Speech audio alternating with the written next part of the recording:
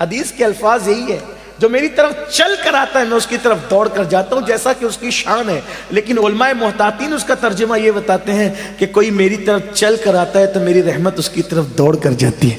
ہائے ہائے، یہ میرے اللہ کا انداز۔ اور وہ حدیث قدسی ایک اور بھی ہے، فرماتا ہے جب میرا بندہ میری طرف توبہ کر کے پلٹ آتا ہے تو جنگل میں مرنے والے کو نئی زندگی ملنے پر جو خوشی ہوتی ہے اس سے زیادہ میں خوش ہوتا ہوں۔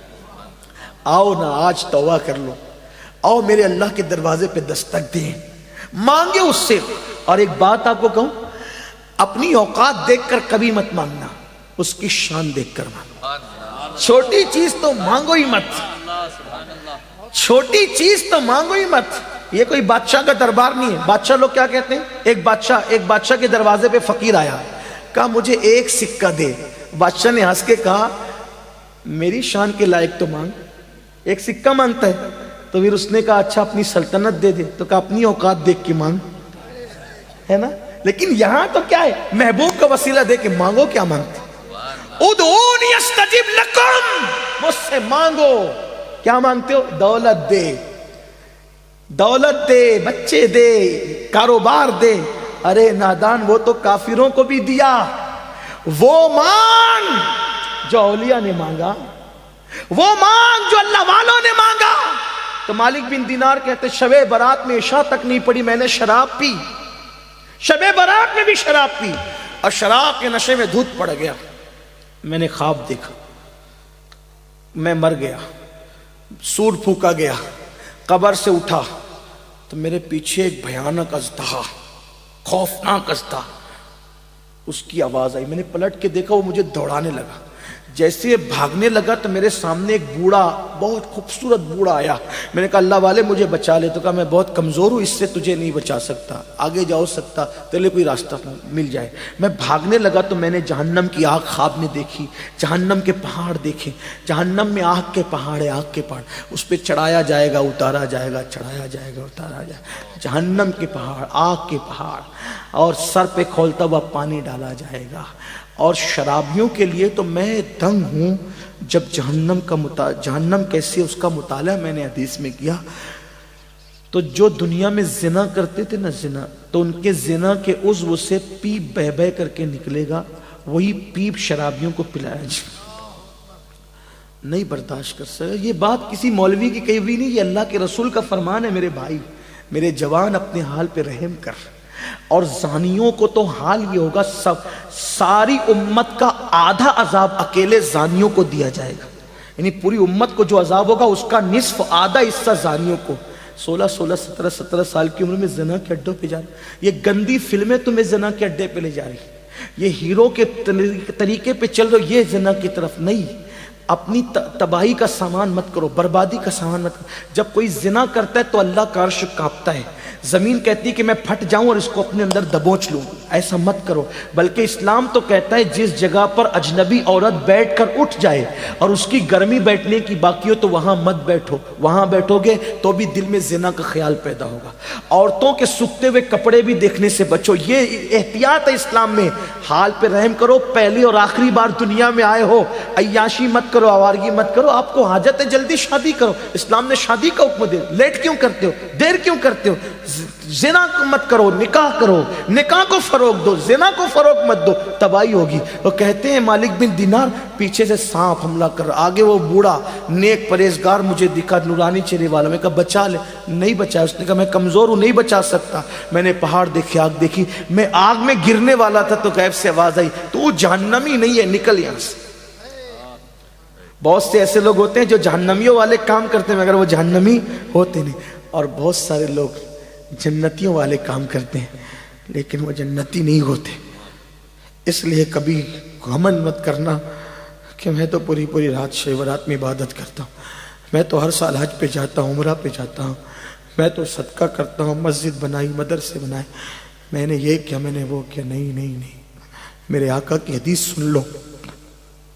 آقا فرماتے ہیں کچھ لوگ ایسے ہوتے ہیں جو جہنمی والے کام کرتے ہیں، جہنم میں جانے والے، لیکن ان کی تقدیر میں جنت لکھی ہوتی ہے، اور زندگی کا آخری دن آتا ہے وہ توبہ کرتے ہیں، مرنے سے پہلے اور سدھر کر چلے جاتے ہیں. اور کچھ لوگ جنتیوں والے کام کرتے ہیں، حتیٰ کہ لوگ ان کو جنتی سمجھتے ہیں، لیکن جب زندگی کا آخری دن آتا ہے تو وہ اللہ کے منکر ہو جاتے ہیں، بگڑ جاتے ہیں، حتیٰ کہ تقدیر کا لکھا غالب آتا ہے وہ جہنم میں چلے جاتے ہیں. اس لیے اپنی نیکی پہ کبھی تکبر مت کرنا، نمازی ہونے پہ کبھی گھمنڈ مت کرنا.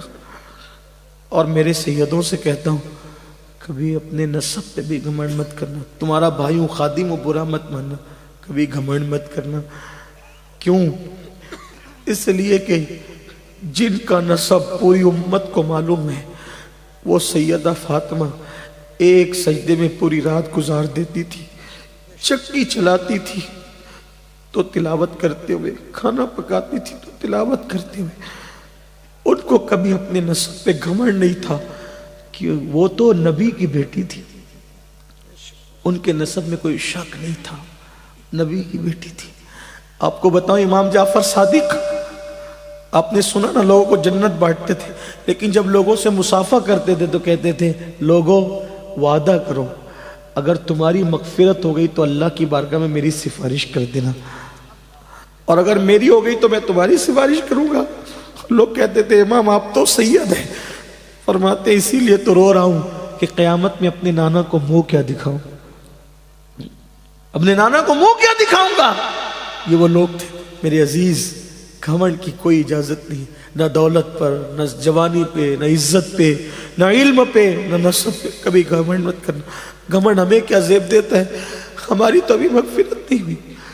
حضرت سیدنا اویس قرنی ایک کچرے کی کنڈی پر چندی اٹھانے کے لیے گئے، پیون لگانے کے لیے. کتا بھونکنے لگا، کتے کو بھونکتے ہوئے دیکھا تو کہا مجھے مت بھونک، تیرے نصیب کا تو لے، میرے نصیب کا مجھے لینے دے. اور رہی بات اے کتے رہی بات افضل کون ہے، تو یا میں، تو یہ فیصلہ آج نہیں ہوگا. ہائے ہائے ہائے، یہ فیصلہ کون کہہ رہا ہے؟ جس سے دعا کروانے کے لیے حضور نے مولا علی اور فاروق اعظم کو بھیجا کہ میری امت کے لیے اس سے دعا کروا. حضور جس سے دعا کروائے وہ اویس قرنی کہتے ہیں کتے تو افضل ہے یا میں افضل ہے، یہ فیصلہ آج نہیں ہوگا. اگر قیامت میں اللہ نے میری مغفرت فرما دی اور میں پل صراط سے گزر کے جنت میں چلا گیا تو میں افضل ہوں، ورنہ تو مجھ سے افضل ہے. اگر میری مغفرت نہیں، اویس قرنی کی مغفرت نہیں، تو مجھ سے افضل ہوگا، اور میری مغفرت ہو گئی تو پھر میں تجھ سے. دیکھو نا کس بلا کی میں سے ایسا فلمیں دیکھ کر کے بے خبر ہو، شراب پی کر کے گھمنڈ میں ہو.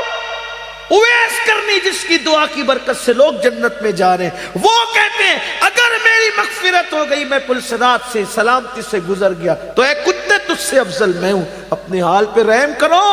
آسان نہیں ہے دین مذہب، سب آسان سمجھ رکھا ہے، جو ہوگا دیکھا جائے گا. دو کیا دیکھا جائے گا؟ گڑ گڑانے والے گڑ گڑا رہے، تم کیا دیکھ لو گے؟ کیا دیکھ لیں گے ہم؟ کچھ نہیں. ہمارے کہنے پہ تو کارپوریٹر بھی نرم نہیں ہوتا. وہ قادر و قہار جبار جب اپنی عدالت کوئی کرسی پہ اپنی شان کے مطابق جلوہ گر ہوگا، وہاں کچھ کام نہیں آئے گا، وہاں عمل دیکھا جائے گا، ایمان کے بعد عمل. تو کہا کہ تو جہنمی نہیں ہے مالک بن دینار، جہنم میں مت گر، نکل، آگے بڑھ، آگے بھاگ، ہو سکتا ہے تیرے بچنے کا انتظام ہو. کہتے ہیں میں نے کہا کہاں بچوں گا؟ تو کہا کچھ امانتیں مومنوں کی آگے ہے، آگے جا. جب میں آگے گیا تو میں نے ایک چاندی کا پہاڑ دیکھا جس کو تراش کر خراش کر بہت خوبصورت بنائی گئی تھی عمارت، اور اس میں پردے لٹکے ہوئے تھے، خوشبو آ رہی تھی. تو میں نے اس کے اندر گھسنا چاہا تو فرشتوں کی آواز آئی خوبصورت، اٹھاؤ پردے، اٹھاؤ پردے، وہ آ رہا ہے جس کی امانت اس کے اندر موجود ہے. تو میں اندر داخل ہوا تو میں نے دیکھا بہت خوبصورت خوبصورت بچے تھے. میں نے کہا تم کون ہو؟ کہا مسلمانوں کے بچے ہیں جو بالغ ہونے سے پہلے مر گئے، ہمیں یہ رکھا جاتا ہے. میری بیٹی مجھے یاد آئی تو سامنے سونے کے پلنگ کے اندر وہ جھولا جھول رہی تھی اور بہت خوبصورت تھی. میری بیٹی نے مجھے دیکھا تو پکار کے گئی ابا، اور میری گود میں آ گئی، میری گود میں آ کے بیٹھی. کہا ابا ابھی وہ وقت نہیں آیا کہ آپ توبہ کر کے اللہ کی طرف پلٹ آئے. ابا آپ پلٹتے نہیں؟ ابا آپ پلٹ نہیں جاتے؟ شراب سے توبہ نہیں کر لیتے ابا؟ میرے اللہ کی طرف پلٹ کے نہیں آتے؟ تو کہا بیٹی یہ کیا منظر ہے؟ کہا وہ جو اژدہا ہے نا، اژدہا وہ آپ کا برا عمل ہے، وہ بوڑھا تھا نا جو خوبصورت، وہ آپ کے نیک اعمال ہے، آپ پلٹ آئیے، اللہ آپ کو پلٹانا چاہتا ہے، پلٹ آئیے۔ کہا جیسی میری آنکھ کھلی میں تھر تھر کانپ رہا تھا، اسی شب برات میں نے اللہ سے کہا اللہ مجھے معاف کر دے۔ کتنا کہا؟ اللہ مجھے معاف کر دے۔ میرے اللہ نے مجھے صرف معاف ہی نہیں کیا، مقام ولایت بھی عطا کر۔ آؤ اللہ کی طرف پلٹے۔ شب برات میں اپنے لیے بھی کچھ مانگ لینا، اور آپ کے اس خادم کے لیے جو آپ کی جوتیاں سیدھی کرنے کی تمنا رکھتا ہے، میرے لیے بھی مانگ لینا۔ میرے اللہ نے مجھے سب دیا ہے، بس ایک چیز میرے لیے مانگ لینا، میرے لیے امین القادری کا خاتمہ مدینے میں بالخیر ہو جائے، اور 2 گز زمین میرے محبوب کے قدموں میں مل جائے، بس اتنا مانگ لینا، باقی کا معاملہ ان کے ہاتھ ہے۔ حق تعالی بھی کریم اور محمد بھی کریم، 2 کریموں میں گنہگار کی بنائی ہے، بس ایمان پہ خاتمہ ہو جائے۔ ایک ہی تمنا ہے، اب اور کوئی تمنا نہیں، اور کوئی تمنا نہیں، اور ایمان پہ خاتمے کی کسی کی گارنٹی نہیں۔ ایک محدث جس کو 30,000 حدیثیں یاد تھی، اس نے ایک عیسائی کو کہہ دیا او کافر کے بچے چل ہٹ، اللہ نے اسی پر اس کا ایمان چھین لیا۔ یہ ہے، اس لیے کسی کو حقیر مت سمجھو، کسی کو ذلیل مت سمجھو، اپنے آپ کو سب سے حقیر سمجھو۔ اللہ ہم سب کے حال پہ رحم کرے، اللہ ہماری بگڑی بنائے، اللہ ہم سب کا خاتمہ ایمان پہ فرمائے۔ مجھ سے بھی زندگی میں جب بھی جہاں جو غلطیاں اللہ معاف کرے، آپ کی بھی غلطیاں معاف کرے، اللہ ہم سب سے راضی ہو۔